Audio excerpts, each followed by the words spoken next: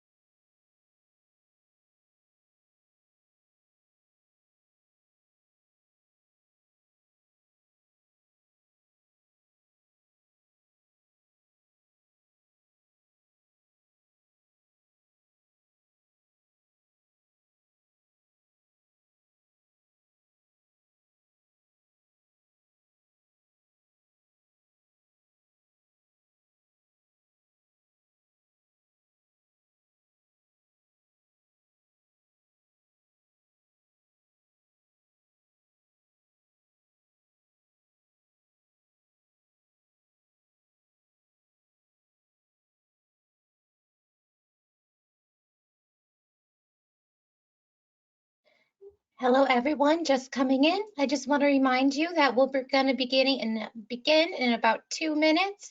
We're just letting the rest of our attendees come on in to the presentation. So we'll begin shortly. Thank you.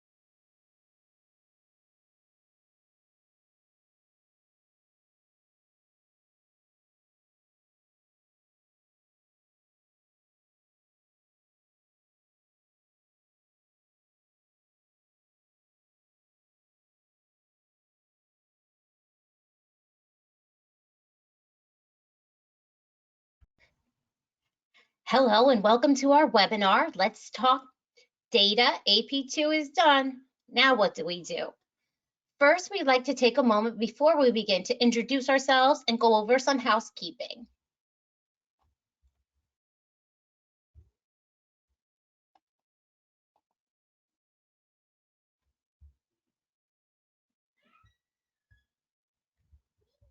My name is Stephanie Templin, and I am one of your presenters today, along with my colleague, Greta Arroyo.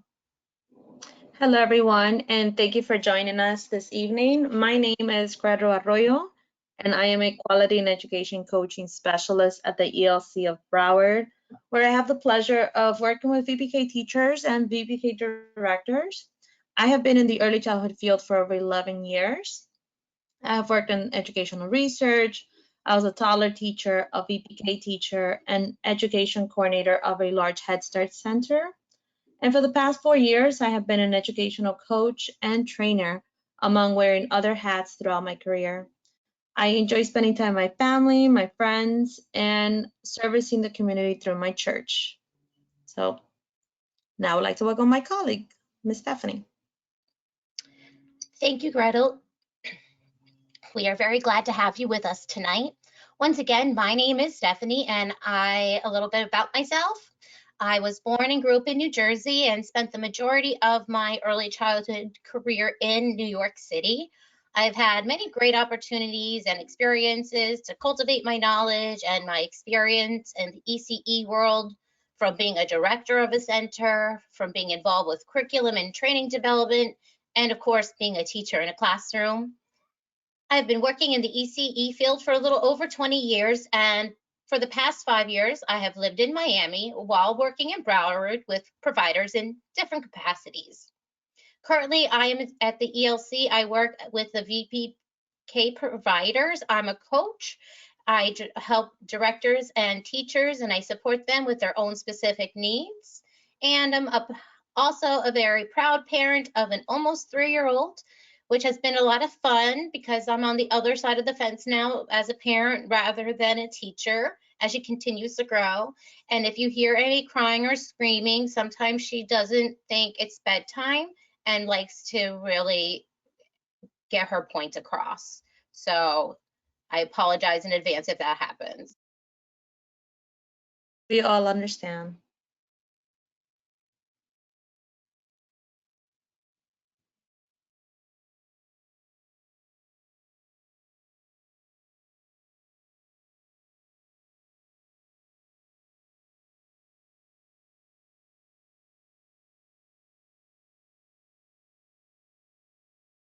So let's read our definition of a teacher. We just wanted to take a moment to share this quote with you, as it's something that Gretel and I really believe and wanted to remind you. So here it goes. A teacher, multitasking educational rock star who lives to inspire and loves to encourage. They're kind of a big deal, and you are actually a really big deal and really important to the lives of the children that you serve and the families. And don't forget the directors, of course, too. You're like a double rock star for being so responsible for so many things that happens within a center. So we just wanted to remind you, you can click on the orange triangle to reveal your GoToWebinar panel. And there on the panel, you'll see a spot that says questions. You can click on the questions triangle to type in anything if you have a question, or if we ask you a question and you want to share something with us. We also have a spot for handouts, and that's where you can download the 5 different handouts that we have found for you for this webinar. You can download them now or at the end. All you have to do is you click on the title of the handout, and then it will open up on your computer, and then just save it on your computer, and then you'll have the access to that handout. A little bit about in-service hours and attendance. All our trainings are for in-service hours, and you will be emailed your certificate within about 24 hours with your email address. And in order to be mark attended, you must log into the computer or download the GoToWebinar app on your phone.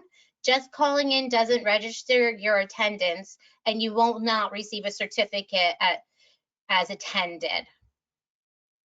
And we just want to remind you that after this training, there will be a post-test questionnaire and a training survey will launch. So please stay until that launches. Your feedback is very important to us. So let's talk about what we look to accomplish during tonight's webinar. So the first thing we're going to do is we're going to ask, what is AP2, and discuss that. Secondly, we're going to discuss running AP2 data reports. And then we are going to connect those reports to planning and instruction. And lastly, we're going to reflect on the whole practice and process of assessment from beginning to end. Now, as our icebreaker, we wanted to look at the whole process of what formative assessment is and all the parts it's made of. Today, of course, we're only going to follow on one piece of it, the AP2 assessments. However, the information in this video is very beneficial, and it's important to use multiple sources in your practice when assessing students, and this is great guidance on that subject. All right, and we will start the video now.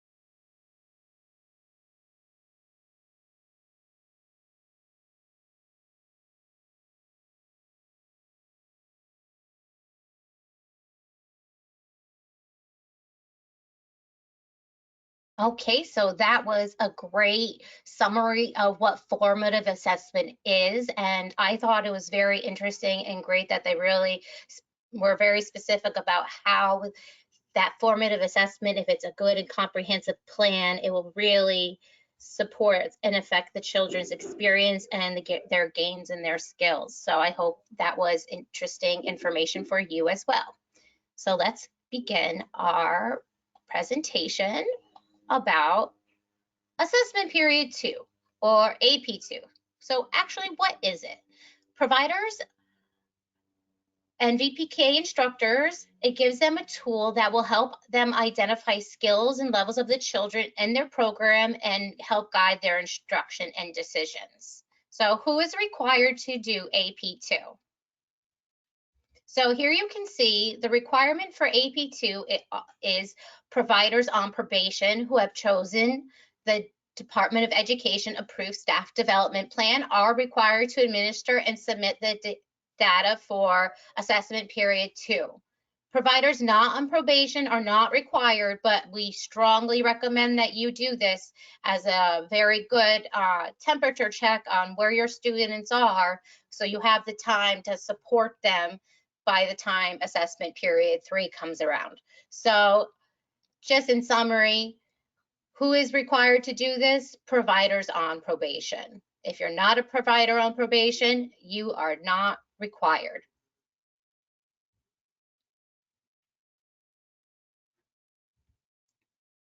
So now we have a little poll for you. Our first poll of the evening. We are curious to see that in your practice, where you are right now. So I'm going to launch the poll right now. So where are you in the assessment 2 period process?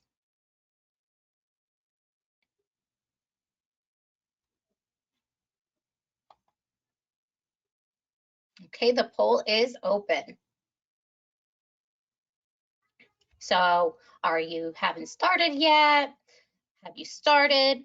Are you finished, but the information is not in Bright Beginnings? Finished and you inputted the information to Bright Beginnings, and you're finished and you've already distributed your report. So there's some different areas here. We have about 40% who have voted, so we're going to keep the poll open for a little bit longer. Thank you, everyone, for voting. Really appreciate it.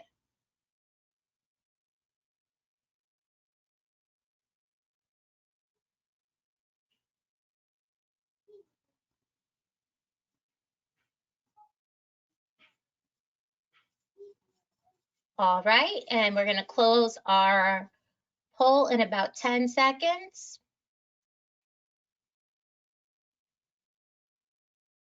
3, 2, 1. We're going to close and let's share the results.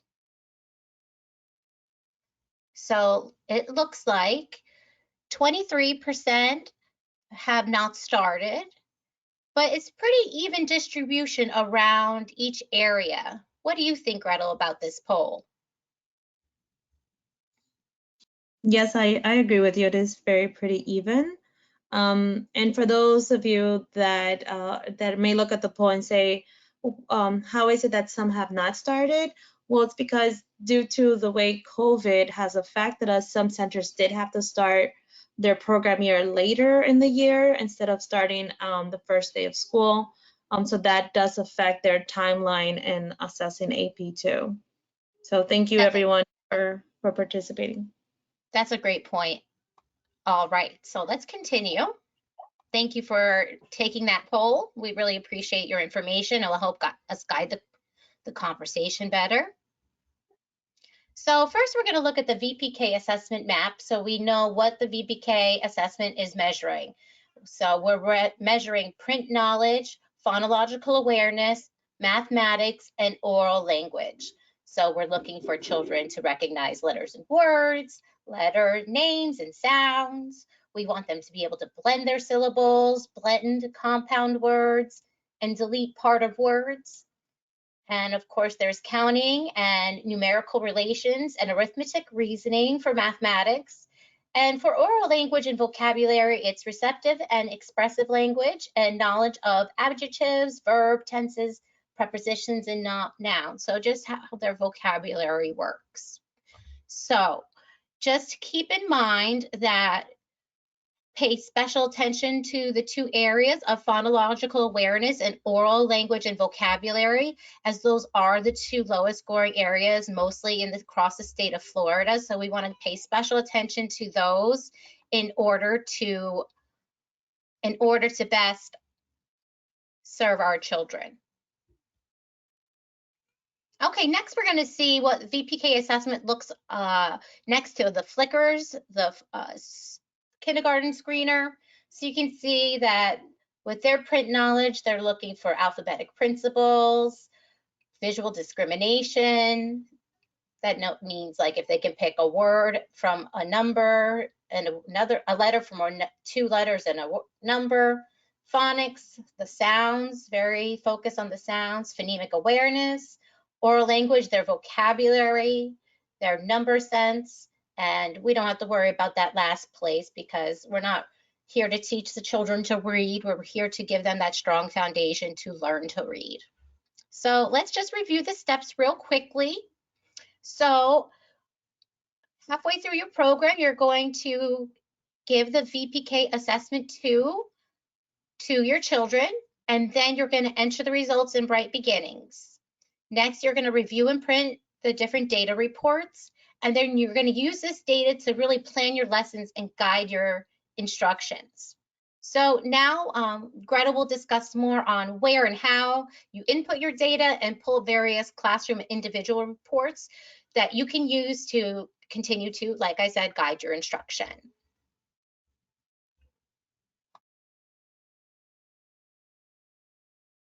Thank you, Stephanie. So what is Bright Beginnings? So Bright Beginnings is a website from the Office of Early Learning, which is used for the VPK program. You'll see the web page address here on your screen. On this website, you will find various resources such as the standards, lesson plan resources, the parent letter explaining the assessment results, which is a handout in this webinar tonight.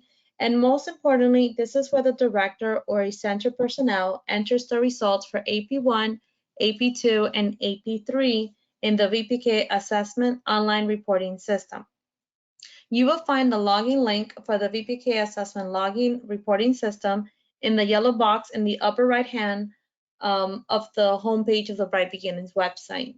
In the next slides, we will present to you a step-by-step on how to retrieve the various reports. So step one, you would click on the login. When you click on the login link, this page is going to appear. Every center has its unique username and password. This is something that the director or owner would have. If you have any problems logging in, please contact the Bright Beginnings help desk. Their number is 1-844-545-4777, or you can email them at vpkassessment@fcrr.org. So after you log in, the VPK administrator homepage will open. And on your screen, you're going to see a yellow arrow pointing to the assessment tab. Go ahead and click on that tab. It's going to take you to the next step. Once you click on the assessment tab, the assessment page is going to open. You're going to see a yellow arrow pointing to the blue box. You will find the words proceed to the VPK assessment online reporting system in the blue box. You want to go ahead and click on that to go on to the next step. And the provider profile webpage will open on the next step. On the menu panel, you will see various tabs. So we're going to look for the assessment report tab and click on that. It's going to take us to the last step. Once you click on the assessment reports, you will be able to select the report type you want to generate. It will also allow you to select the year, the classroom, the child, and assessment period depending on the report you choose to see. And once you choose all this information from the drop-down menus, the report will generate on this webpage. You will be able to save it as a PDF on your computer and print it for any needs that you may have with the reports. These are the 5 steps on how to generate assessment reports in the Bright Beginnings.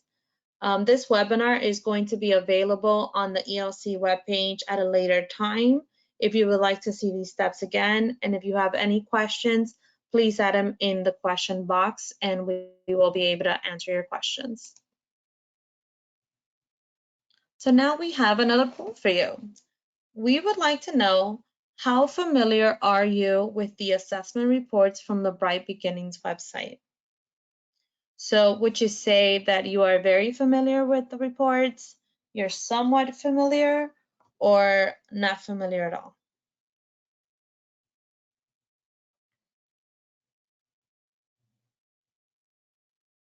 Okay, so the voting's coming in.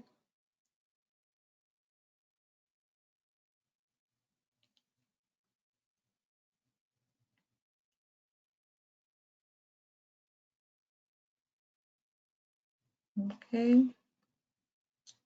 so the majority of you have voted. All right. So over most of you, the majority of you are either somewhat familiar or very familiar. Okay, so we're going to review the reports all together, and if there's anything that maybe I missed because some of you are very familiar with the reports, please do add it in the question box, and it could help somebody that might not be as familiar as well. So just as a quick review of the assessment reports, there are 5 assessment reports. These are their names. We're going to go through all 5 of them to have a better understanding as to what information they offer. So the first report is called Child Report by Assessment Measure. And from top to bottom, we'll see here the title of the report right on top. You will have the VPK Center, the school year and the assessment period, the classroom, and for this report is for an individual child. On the left side, you see the score range, and on the bottom of the page, you have the legend or the key that explains to you the ranges of what is below expectation, meeting expectation, or exceeding expectation. So in this particular case, this child has below expectation for print knowledge and phonological awareness, and has meeting expectation for oral language and vocabulary and mathematics. So this particular report gives us a good snapshot of each child in their own individual progress.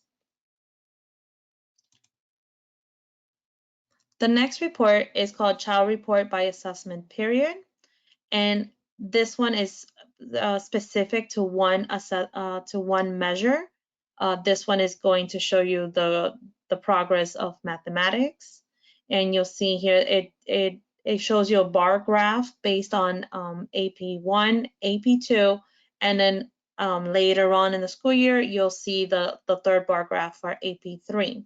So we'll see that this child went from meeting expectation and was able to grow into exceeding expectation on the second assessment.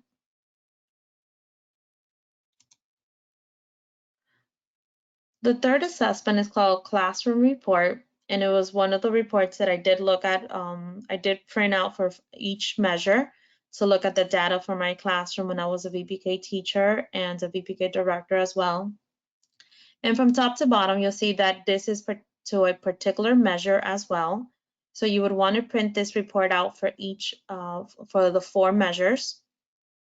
And on the left side, where you see those blank boxes, those are the names of the children. And for privacy reasons, you won't be able to see their names on this report.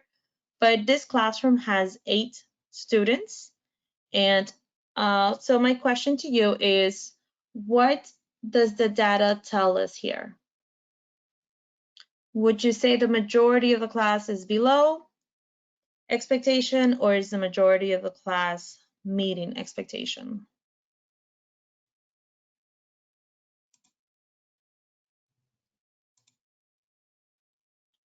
Yes, below. Thank you. Yes. Thank you. Thank you. Most of the class is below expectations. And that Again, because it is assessment period 1, this data here is very consistent with most VPK programs. And that's important for teachers to understand that the assessment that the children are being exposed to on assessment period 1 is what they're going to learn for the entire VPK year. So it's a pre-knowledge test of things that they have not yet been exposed to. So that's why we recommend that AP2 be assessed even in schools that are not providers on probation, because it does help you to know and see the progress your children have made since AP1. Okay, so we'll move on to the next report.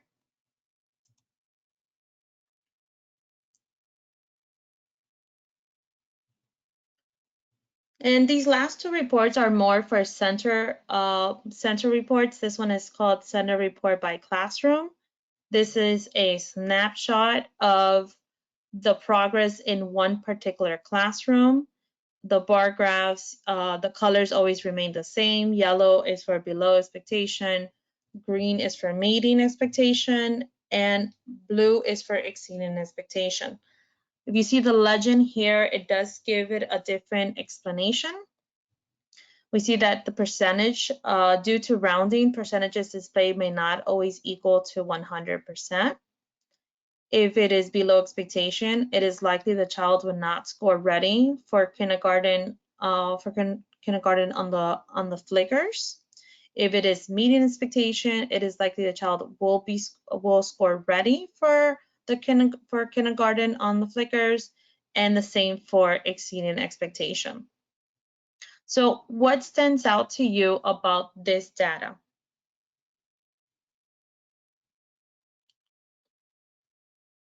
I will be reading the question box. Anything that stands out to you from this data, you can give me what is this snapshot telling us?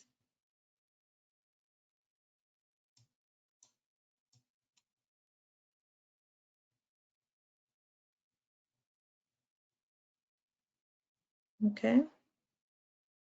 The majority are below expectations in all areas. Yes, it is a center report.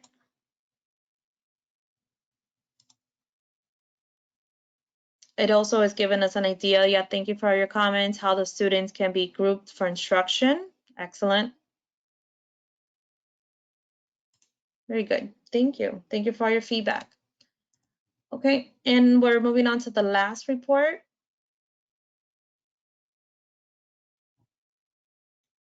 And the last report is called Center Report by Assessment Measure.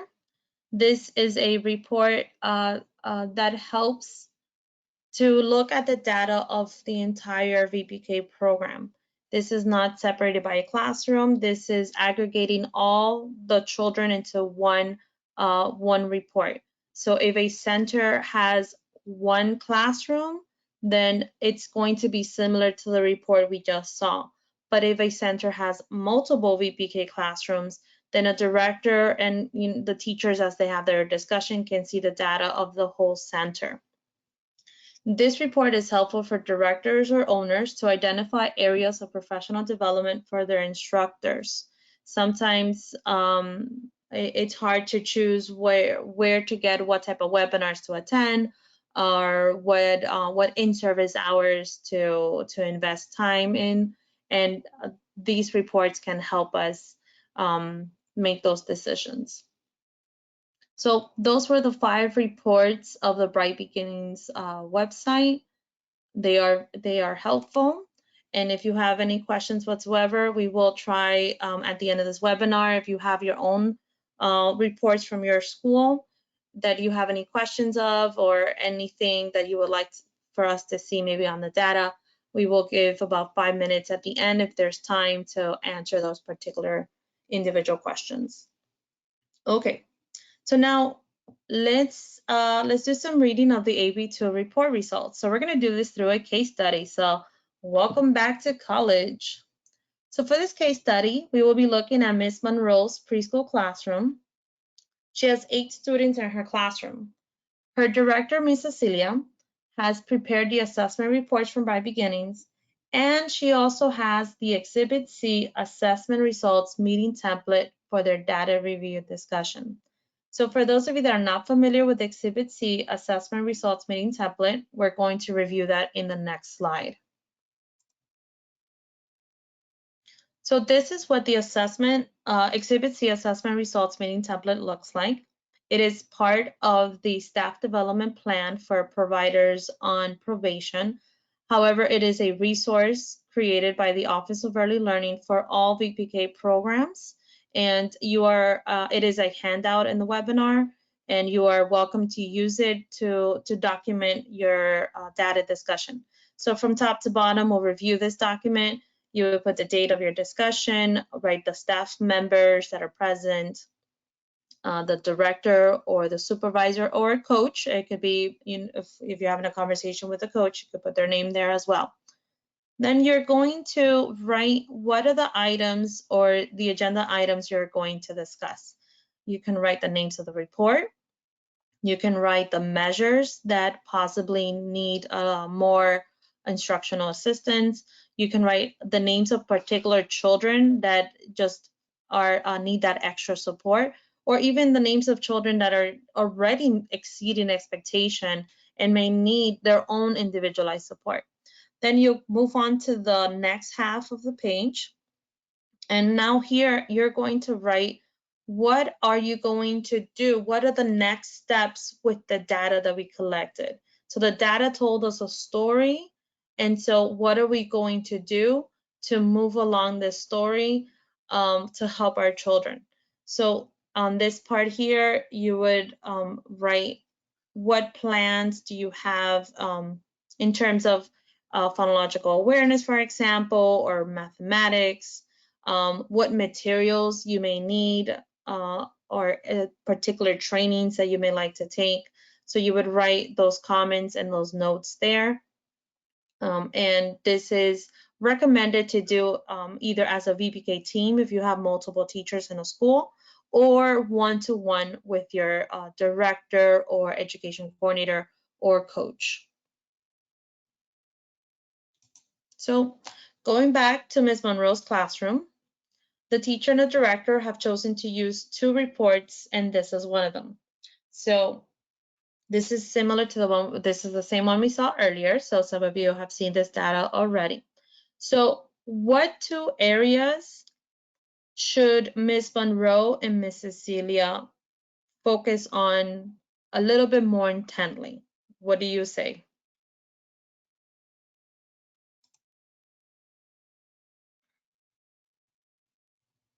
Yes, exactly. Thank you for your comment. It is print knowledge and oral language and vocabulary. Yes. Their percentage are equal. They're both at 75%. And you'll see that print knowledge and oral language and vocabulary can be connected. So sometimes you'll see the correlation between one measure to the other. Thank you all for answering the question. So now we're going to look at the next report that Ms. Monroe and Ms. Cecilia are looking at, which is the classroom report for oral language and vocabulary. And let's make sense of this data. We did see it before. We saw that 6 out of the 8 children, as you all put in your comments, the majority of them do need assistance in this area. But I have a question. Is there any particular children on this list that need even more individualized support? Would you say it's the last child on the bottom or the child on the top?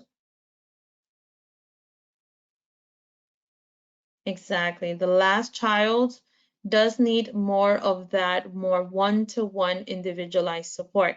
The score, if you see in the bottom, is a 0, and then 2 lines over, it's a 5, which means that this child score maybe a 1, maybe a 2, very low in this area. And there could be many reasons and variables as to why and we're going to look at some of those later. So now, what did Ms. Cecilia, Ms. Monroe do about this data? So as you see here, they had 2 items on their agenda that they discussed, which is the assessment reports, the same 2 we just saw, and what stood out to them from the data. The measures with the most needs are print knowledge and oral language and vocabulary. So what is their action plan? What are they going to do with this information? So for oral language and vocabulary, they're going to increase intentionality on daily interactions and learning activities for oral language and vocabulary. So they're going to focus more on this area. For print knowledge, they're going to connect, which is important because it's not separate from the oral language and vocabulary. They're going to connect the activities of oral language and vocabulary to also include some print knowledge. And print knowledge is the recognition of letters, uppercase, lowercase, and identifying them separately from numbers. They're also going to include some language modeling strategies for those that have been at MMCI or have gotten some class trainings, which we are offering now more. If you would like to register for those, please visit our website. And so they're going to increase some language modeling strategies. How are they going to do that? They're going to do more parallel talk. Parallel talk means describing the student's actions with language. And this helps children to connect a movement with the word and there start increasing their language. They're going to also start adding more open-ended questions. So it gives the children the opportunity to use the language skills that they have and for the teacher to be able to extend more and provide more language. So we're very grateful to Ms. Monroe, Ms. Cecilia for letting us see a snapshot of their classroom. And if you have any questions whatsoever on this document, please put it in the chat box.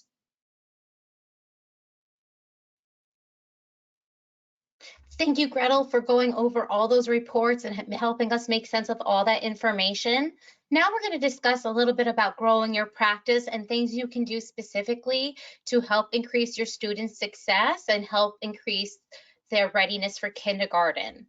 And this growing your practice information comes from Florida VPK Assessment Implications for Instruction.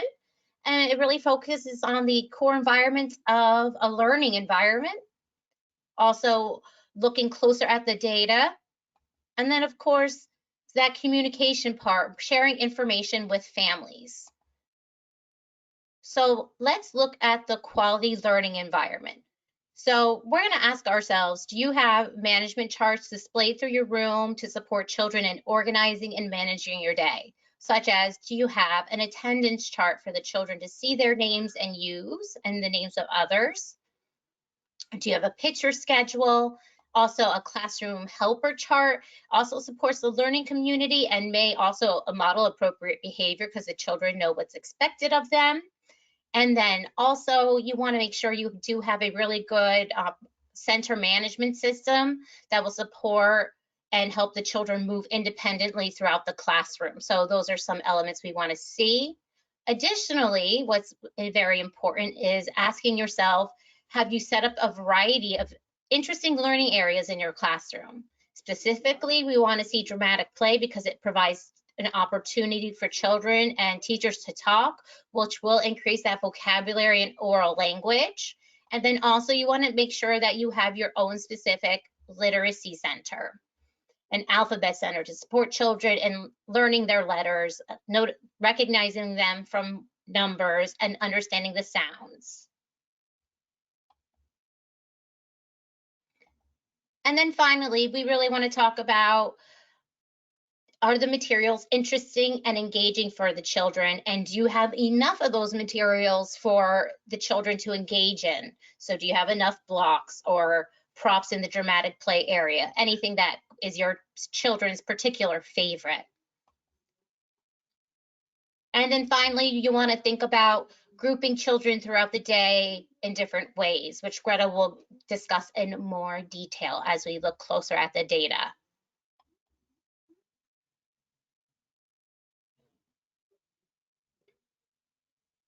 Thank you, Thank you, Stephanie. So let's look closer at the data. When we start looking closer at the children's individual scores, you'll be able to notice those children that quote unquote just made it. Like we saw earlier, this particular child at the bottom is going to need a more individualized support. This is when small groups will come in handy. Small group learning should be planned, flexible, and short term. In small group learning, teachers have the opportunity to monitor the progress of each child and be able to identify who are the children that need more individualized support. The data can also show you those children who scored higher than most children in the class and could also benefit from more individualized support or more challenging activities. So how do we support these children? Meeting with children individually can happen as children arrive in the morning. During center time activities, you can incorporate something called teacher center, where you meet with one or two children to work on targeted instruction. You can also use a few minutes in the playground and be intentional during transitions to have this particular child, for example, do some phonological awareness or call out numbers, call out letters, or during the free play time right before dismissal. So when working with an individual child on targeted instruction, it should be planned, and we recommend it doesn't take more than 5 to 10 minutes. You don't want to take away children from other activities for an extended period of time. So is additional assessing needed? There are several reasons why a child may not perform well during an assessment period. If you're not sure that a child's score was a true score, then additional observation of a child may be needed. A teacher-made assessment, as the one you see here on the screen, could have targeted skills, and it could be used to determine what type of support you want to provide to a child. You can assess the child in a less formal setting and see if the child would be able to recognize more of the information. It may also be helpful to ask your director or another teacher to observe a child to help you in making instructional decisions. You want to continue to monitor the children's progress to ensure that they're on track and meeting outcomes. And sometimes we'll get this question from some of the teachers we coach, and the question is, are all the skills that VPK is requiring, are they addressed in my curriculum? So a variety of curriculums are available for preschool programs, and most of them provide adequate learning goals based on developmentally appropriate best practices for 4-year-olds. However, you do have available to you the Florida Early Learning and Developmental Standards for 4-year-olds, which provide preschool teachers with what 4-year-olds need to know and be able to do by the end of their preschool year. The Standards for 4-year-olds book is not a curriculum. They're also accessible online. This is not a curriculum. However, it is a valuable resource. It includes examples that help illustrate the standards. It gives you supportive instructional strategies to support your implementation and strategies to work with families as well. So now talking about our families, we want to end this section highlighting the importance of communicating the VPK assessment results with the VPK parents and caregivers. On the Bright Beginnings website, there is a tab called Parent Letter. There's an example of the parent letter in the handout tab on tonight's webinar. So the parent letter explains the assessment results in detail, and it can be printed in English or in Spanish. Communicating with parents or caregivers can be more difficult now due to COVID restrictions. However, there are virtual ways to do this. You could do it through a Zoom conference, FaceTime, through the school app if your school has an app, a telephone phone call, or you can even email it and have email back and forth with the parent. Communication with parents and caregivers helps to foster a partnership between the family and the center.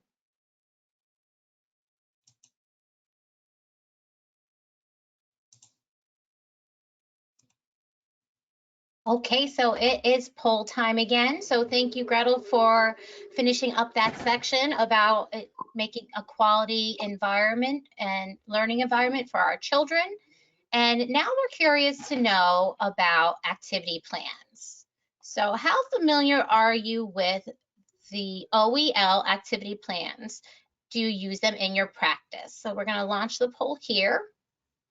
And there's only 3 choices. We got yes, no, and I am not familiar with these plans. Thank you, everyone who has voted so far. Keep it up. We're looking good.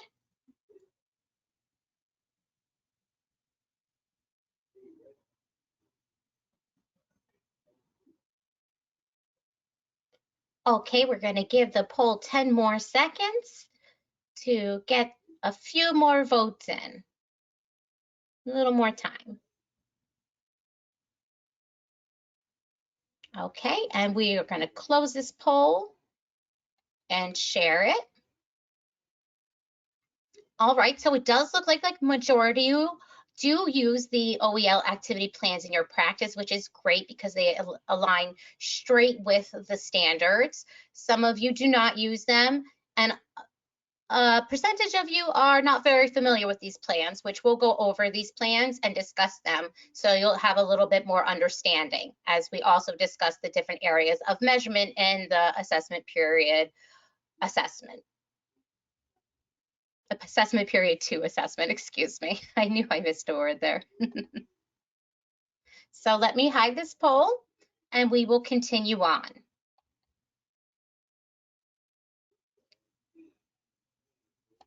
So what we first want to talk about is print awareness and knowledge and what the definition of that is.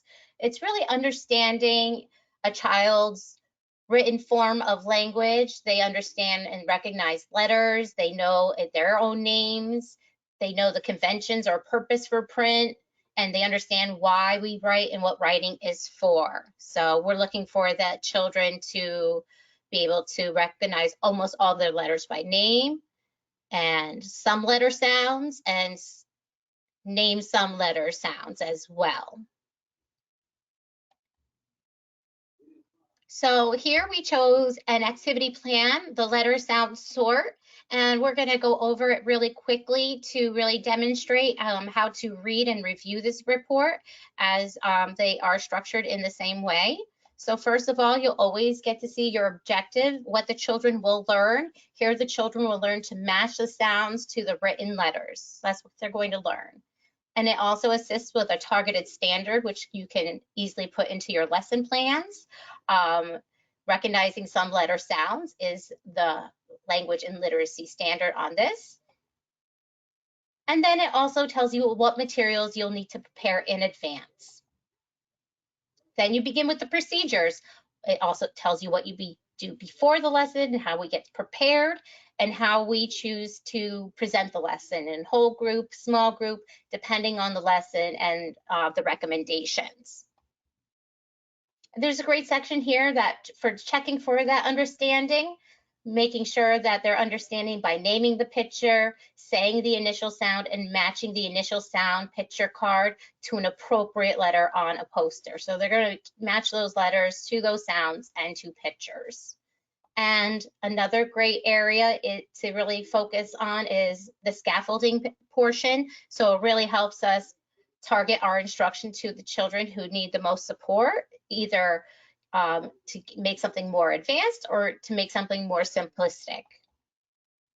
And then we have extensions, so you can extend the learning into different centers and keep a theme going on what you are working on and the standard you are working on.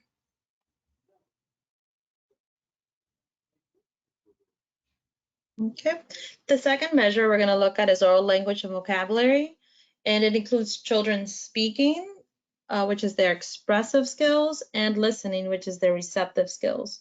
So children learn to recognize and develop the sounds of language that they hear, as well as use a growing vocabulary of new and varied words as they also start to incorporate those words.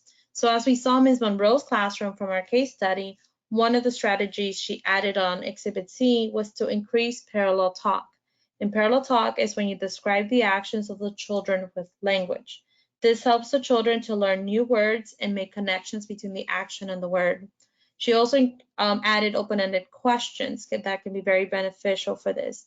Those questions usually are the ones that start with the 5 W's and the how. And this is another tool that can help the children increase both their speaking and listening skills.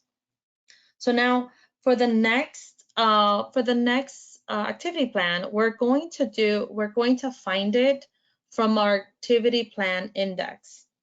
So Stephanie is going to bring up that index for us. This is also another handout resource in tonight's webinar. And we found this resource to be very beneficial for our VPK teachers and providers. So this is the Activity Plan Standards Index. On here, on the left side, you'll see the names of the activity plans. There are many in the website. And then on the right side, it's going to tell you what specific standard is that activity plan focused on. So for oral language and vocabulary, we are looking to help the children with their receptive. And right on the top, you see the name picture bags. And the standard that it's going to address is shows an understanding of words and their meanings, which is that receptive skill. So this helped us find it. Here is picture bags, and it's laid out. They're all laid out the same. So you're going to find the objective, the standards, the procedures, the materials, all the information that Stephanie just went through.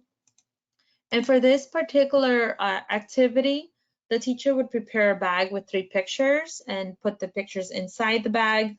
You want the pictures to be varied. It could be facial expressions, colors, community helpers, plants, food, pets, their own family, pictures of their own family, for example. And you would put these pictures in a bag. Sure, most, all the teachers on tonight's webinar have probably done something similar to this. And then you can have a small group of children. You would pass around the bag and have the children pull out the picture and describe to you what they see. And as the children are passing out the bag or taking the picture out, the teacher would use parallel talk to describe what the children are doing. And then as the children begin to describe the image, they will add more language to the child's vocabulary or extend the children's responses through open-ended questions. So picture bags is an activity plan that has 2 pages. So this is the second page of that activity.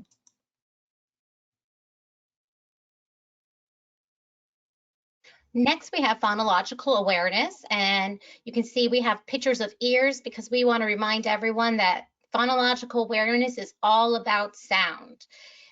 It's the awareness and the sensitivity to identify and manipulate the sound structure of words separate from their meanings. So we're looking to see if the children can identify individual words in a sentence. Can they combine words for those compound words and delete words for those compound words? Same with syllables. Can they add and delete a syllable? And do they combine onset and rhyme to form a known 1-syllable word without image supports? For example, k and at, can they make the word cat? And it's important to note that there are progressions for phonological awareness. So the progression is important, and if some skills are missed, there will be more challenges for the child when they begin the reading process. So as a VPK instructor, we recommend that you have a phonological progression resource for yourself to refer to while lesson planning, so you can plan the more simplistic activities at the beginning of the year and really be specific when you present the activities on the progression.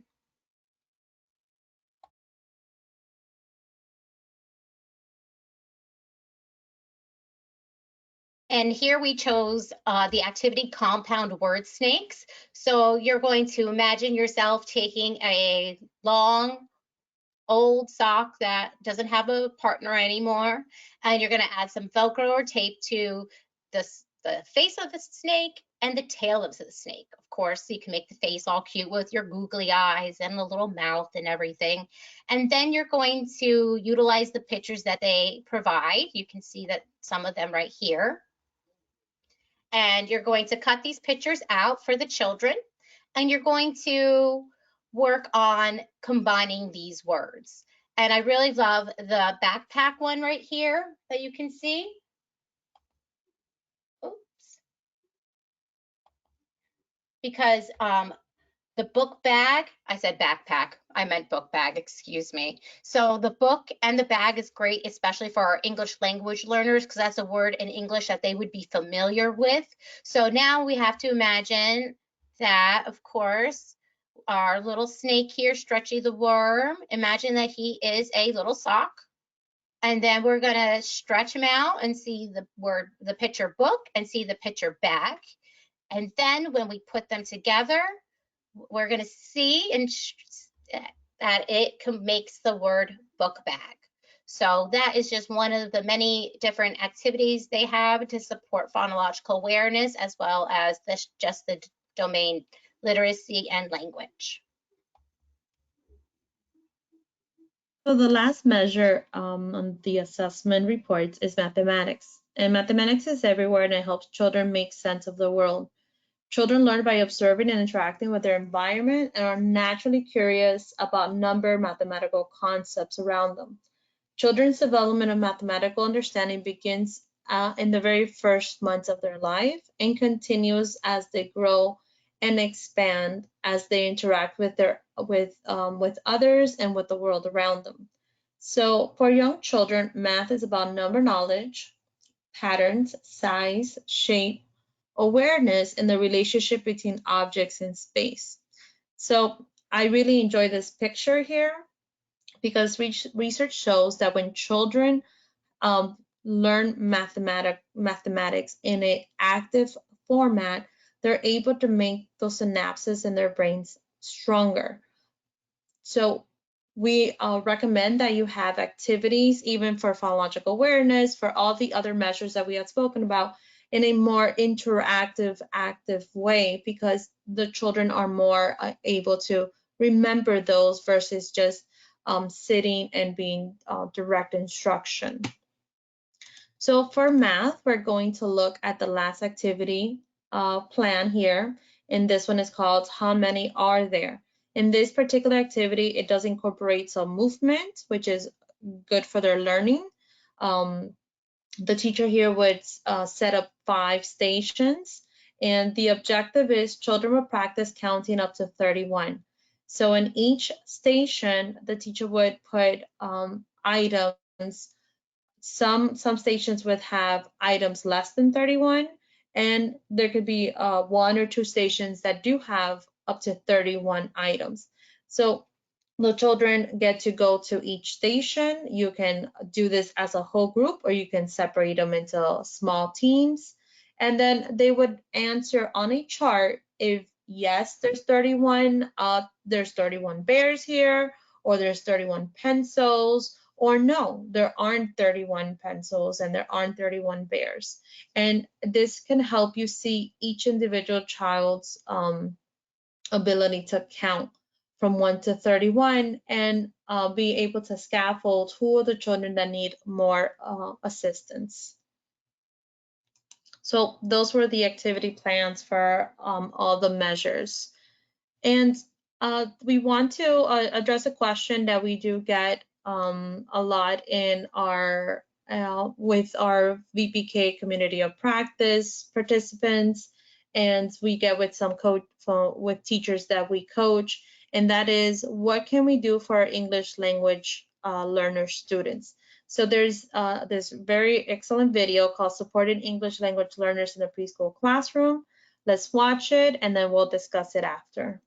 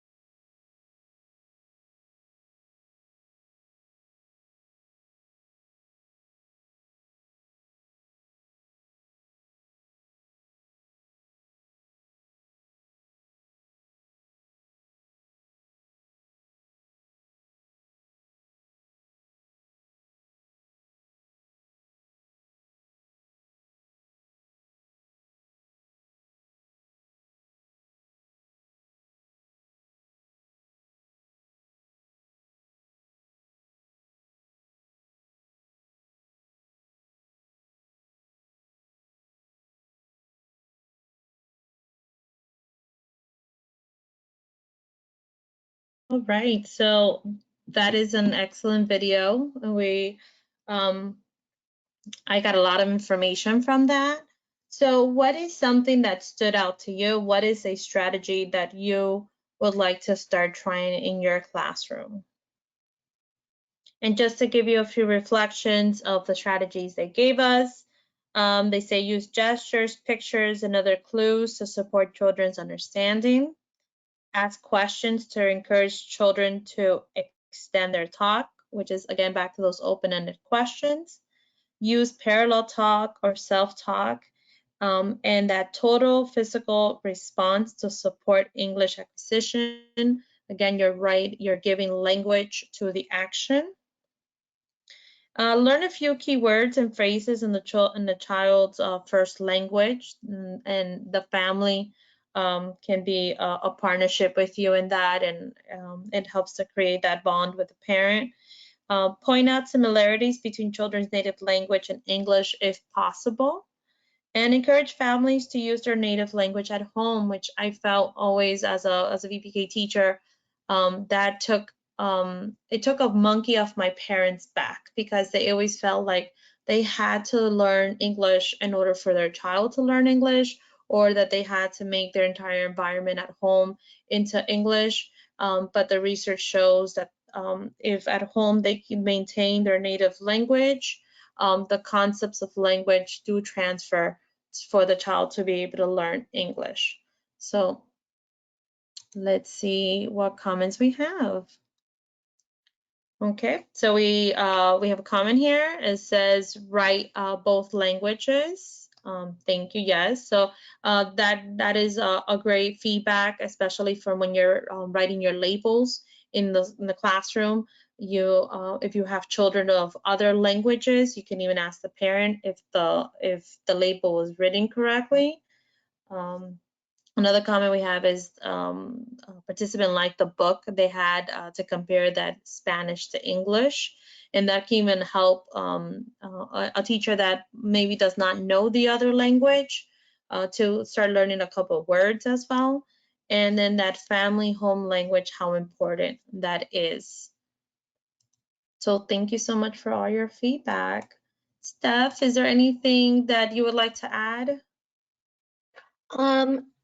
I really like the naming physical gestures, giving it a name, TPR, total physical response, because really doing those gestures makes that language so concrete for the children and helps them so much. So I really liked how they utilize that terminology and gave it a specific moment to discuss.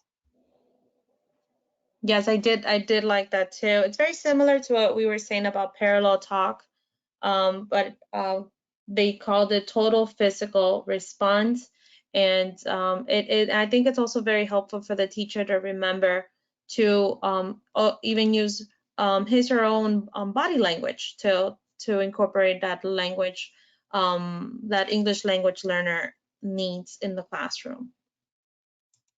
Thank you. Thank you all for your feedback. Okay, so now we're coming into the conclusion.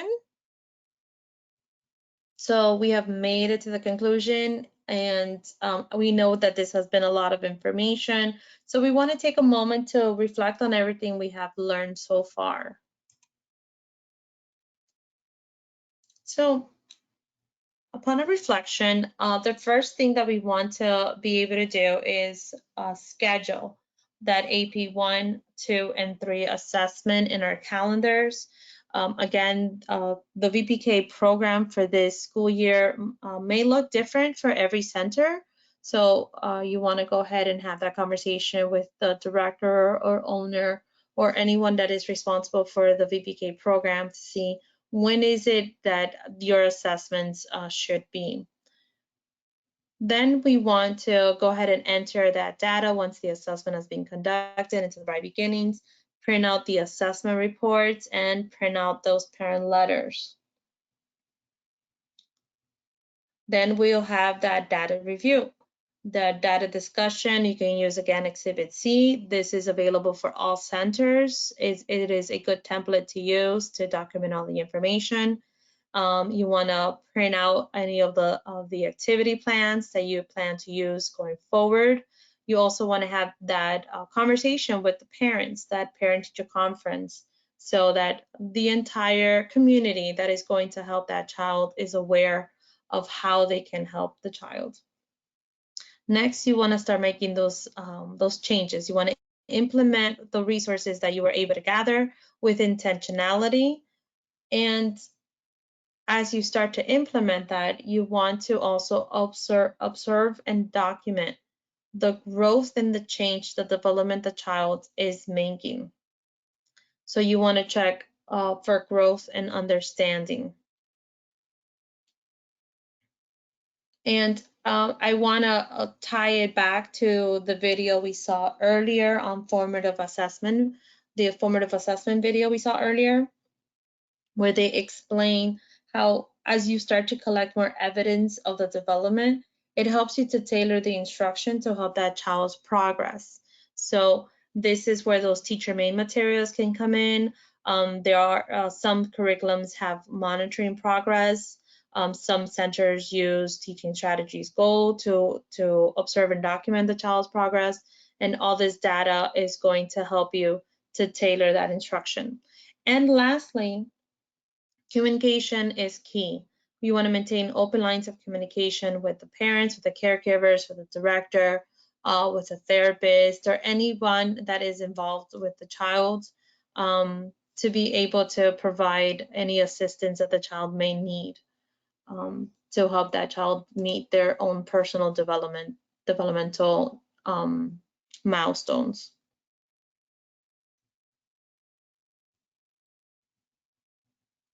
So now we're going to delve into some different resources that we feel will help you with your assessment, your planning and ideas, and even working with families. And of course, our first resource for you is that VPK Help Desk information. We at the ELC cannot help you with specific questions about your beginnings account, but the information desk also provides information for specific or assessment-based questions. So they're not just there for technical assistance. So be sure to snap a picture of this information. We have the email right here. We have their phone number and their hours. So you can just snap a quick picture or photo so you can have that resource handy. So with our additional resources, we're going to first, of course, talk about that Bright Beginning site. It's a site that you got that informative parent letter and those assessment reports, but there are also family and teacher resources on this platform. So I do encourage you to spend some time looking through it if you have not in a while, because there are resources that you can use, and you can also use for the families, or even send them links for the website for them to see the different activities that they can do at home.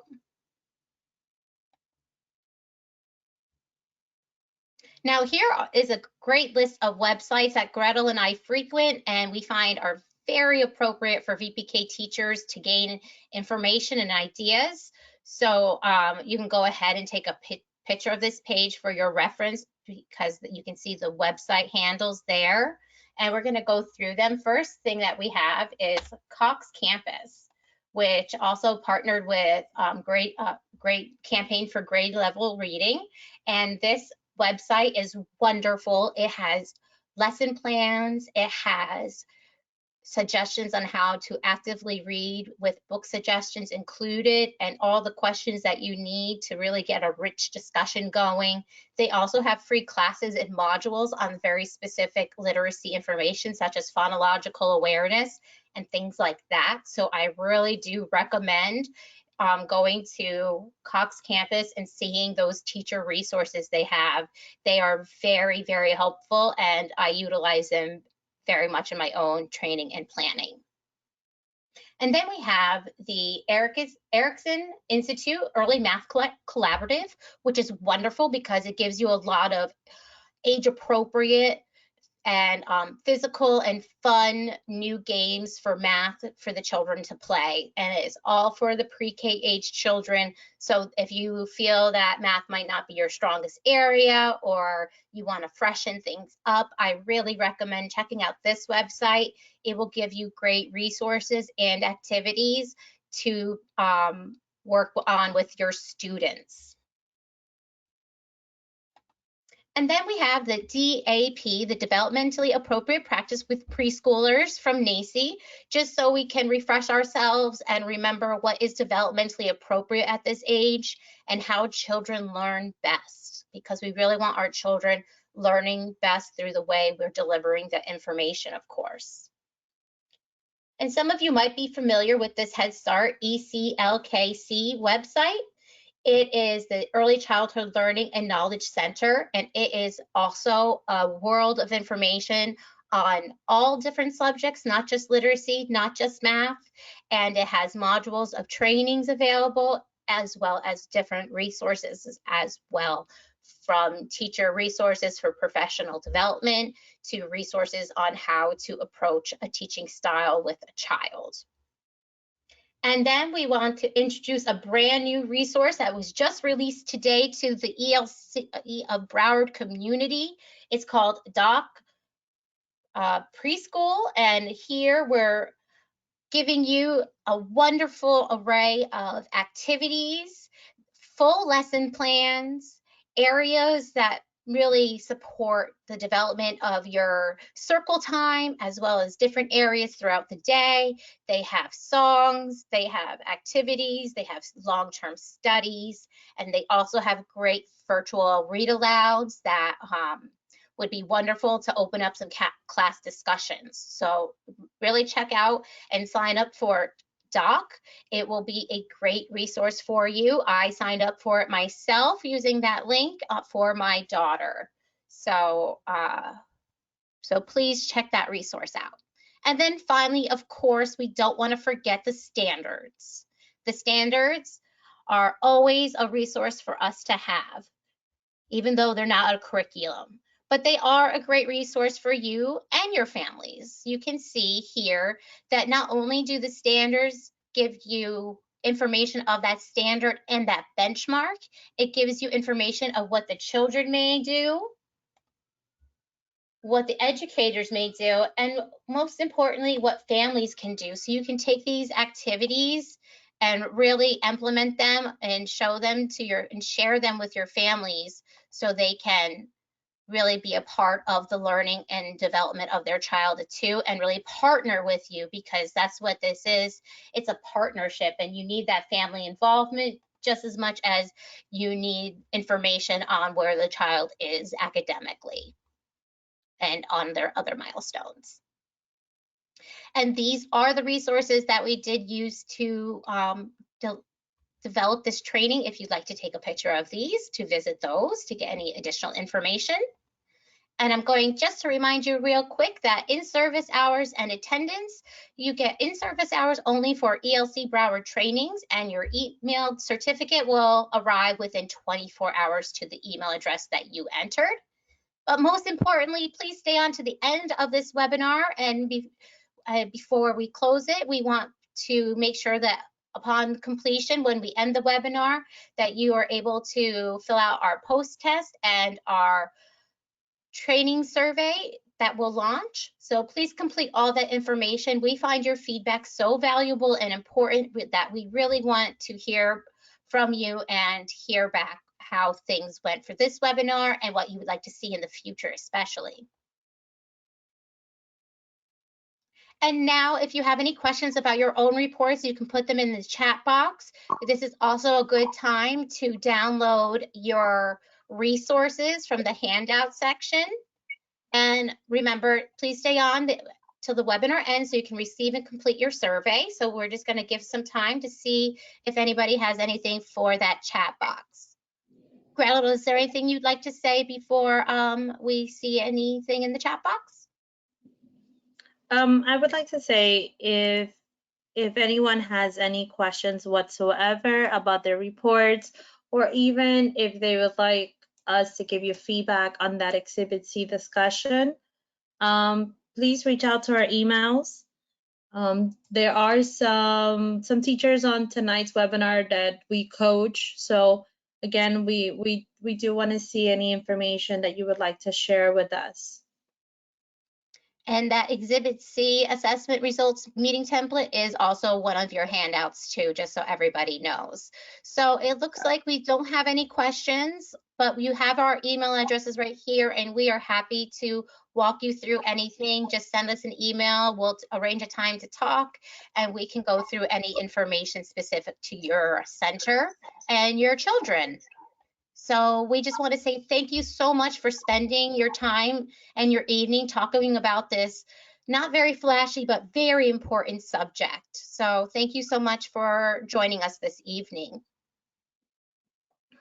Yes, thank you everyone, and have a very nice night. And now we're going to end the webinar, so you will be able to fill out that questionnaire and that post test. So please stay on and don't click your website off until you are able to complete that. And I appreciate all of your comments in the comment box. You're very welcome, and we really hope that this training is meaningful to you and that you're able to apply it in different ways with your students and in practice. All right, everyone, have a great evening. Have a great evening, Gretel. Thank you so much, too, for You too. your support Thank on you, this Stephanie. webinar. All Yes, have right. a good All right, everyone, good night. night.